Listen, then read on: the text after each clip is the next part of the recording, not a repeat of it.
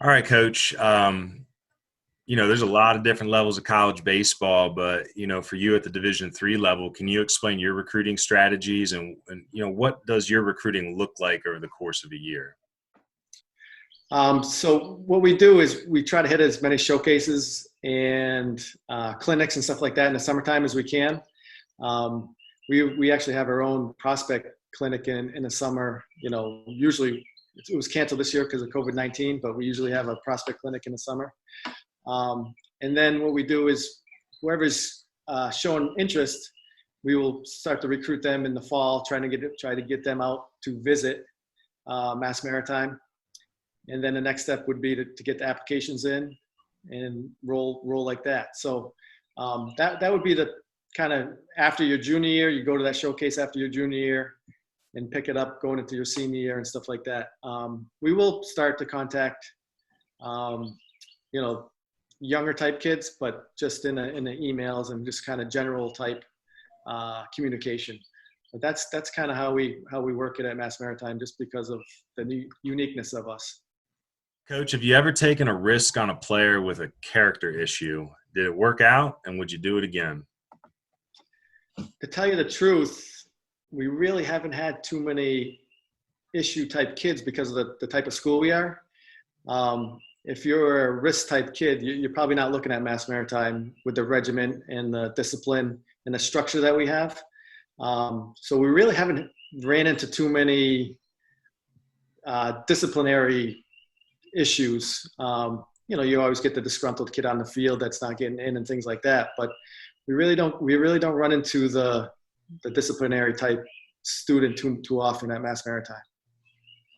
All right, Coach, when you have that first conversation or that first phone call with a recruit, is there a first question that you typically ask them? Absolutely. What do you want to major in? Because we only have 7 of them. So if it's nursing or they want to be a dentist or something like that, it's a quick, well, good talking to you and good luck to you. Coach, if a prospect is interested in your university, should they just pick up the phone and call you? Absolutely, especially at the Division III level, where we don't have the resources that the Division I levels have. If you don't reach out and your coach doesn't reach out, how are we going to know you're there? So definitely, whatever schools you're interested in, email, pick up the phone, give them a shout, because we might not know you're there. When they do pick up that phone, what are some questions they should think about asking you, and maybe even think about some mistakes to avoid in that conversation? I think they should just ask about the school. Baseball's baseball wherever you go for the most part. It's being happy at the school. So they should really, if they have any questions about the school or the majors or anything like that, I think the initial conversation should be about student life and the academics at whatever school you're interested in. What are some of the most common mistakes you see recruits make in their college recruiting process? The biggest one is shooting over the stars. I think Division III baseball is really, really good. So if you try to over project yourself, and sometimes parents do that for the kids, where they think they're going to be, they want that scholarship and stuff like that. The reality is, Division I only has 11.7 scholarships for a 40-man roster. So, you can do the math from there. But Division III baseball is really, really competitive. And if you are that good, people will find you. All right, Coach. What do you believe is the parents' role in this process? Do you ever see mom and dad make a mistake? Yeah. So, the one of the mistakes that parents make sometimes is on the visit, they take over the conversation. When I'm trying to talk to the athlete, sometimes the parents don't let their son talk to me or answer the question. They answer everything for them, and they don't really let us interact at all and for him to be, he's got to be comfortable with the coach. So if the parents do all the talking in the interview, then the student athlete really doesn't get a chance to know who he's working with. All right, Coach, what misconceptions do you think high school athletes have about college baseball in general? Give them a reality check on the nature of college recruiting and the different levels of play. Sure. Just think about back to when you were in T-ball or Little League.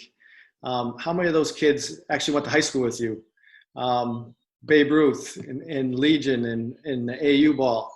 It's a privilege to make it to the next level, and it's going to be a privilege to play in college also. So it narrows down every level that you go. It narrows down just a little bit more. So it's not easy to play college baseball. You're going to have academics, you're going to have athletics, and then at a place like Mass Maritime, you're going to have the regiment on top of it.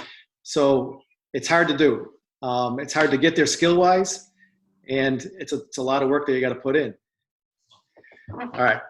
So some of the misconceptions are, that college is going to be easy, or that's where you should be.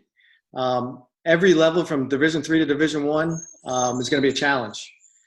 You're probably a captain of your high school team, and now you expect to play. You're used to playing, but now college, every kid on the team was the captain of their high school team. So it's that first year when you get to college. That's going to be the toughest year, because you got to try to fit in and find a role in that team that might not be playing on the field. So that's going to be the toughest part about going from high school to college.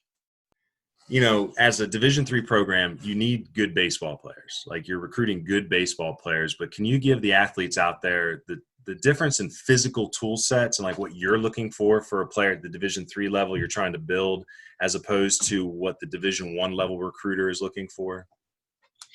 Sure. I mean, the reality is if we have a kid that's throwing 89, 90, the Division I school is probably going to go after them and try to teach them, to throw a couple miles an hour faster over the next 4 years. So we're not really looking for that kid. We're looking for the kid that throws, 78 to 82. If they throw harder, then great. But, that can throw strikes, that can continuously be around the zone and throw strikes. As far as hitters, we just look for the pop off the bat. We'll develop them while they're at Mass Maritime, but that initial pop off the bat is kind of what catches our eye right away. And then it's the guy in the routine play over and over again. Make that routine play, and if you make that the great play, the web gem every once in a while, then that's even better. Since Division III athletes don't receive athletic scholarships, what are some of the ways recruits can try to save money on tuition? Grades, so academics. So just about every school has academic merit money. There's small scholarships just about at every school that you can apply to once you're at school. And then there's the financial aid. So you fill out the FAFSA form and apply for the financial aid, and then there's student loans on top of that. So there's all kinds of different ways to supplement your way through school. Do you use film in your recruiting process, and do you feel like that's something a lot of coaches are starting to turn to in their college recruiting efforts? Film is tough baseball-wise. I always use an analogy. Football-wise, you can see everybody kind of moving and stuff, so you can see the fluidity of everything. But in baseball, you don't know if the kid's throwing 65 or 95 if you're watching them. So it's tough baseball-wise. But you can see some stuff. You can see the swing. You can see the mechanics. So I think there is value to it. It's just not the be-all, end-all of what recruiting should be like at the Division III level. Now this year we're going to have to rely on it pretty heavily because of the virtual stuff with the COVID-19 stuff going on. So, but otherwise, I would say I wouldn't hold too much stock into the film. I try to get out and see him play live if I could. All right, Coach. What are your thoughts on the travel ball, showcase, college recruiting industry, And do you think it helps? Do you think it hinders? How could it be better? I think there's good programs and there's not so good programs. Back in the day, the Legion Ball kind of ran the summer programs. Legion Ball was the summer program back in the day, and I think that was real competitive.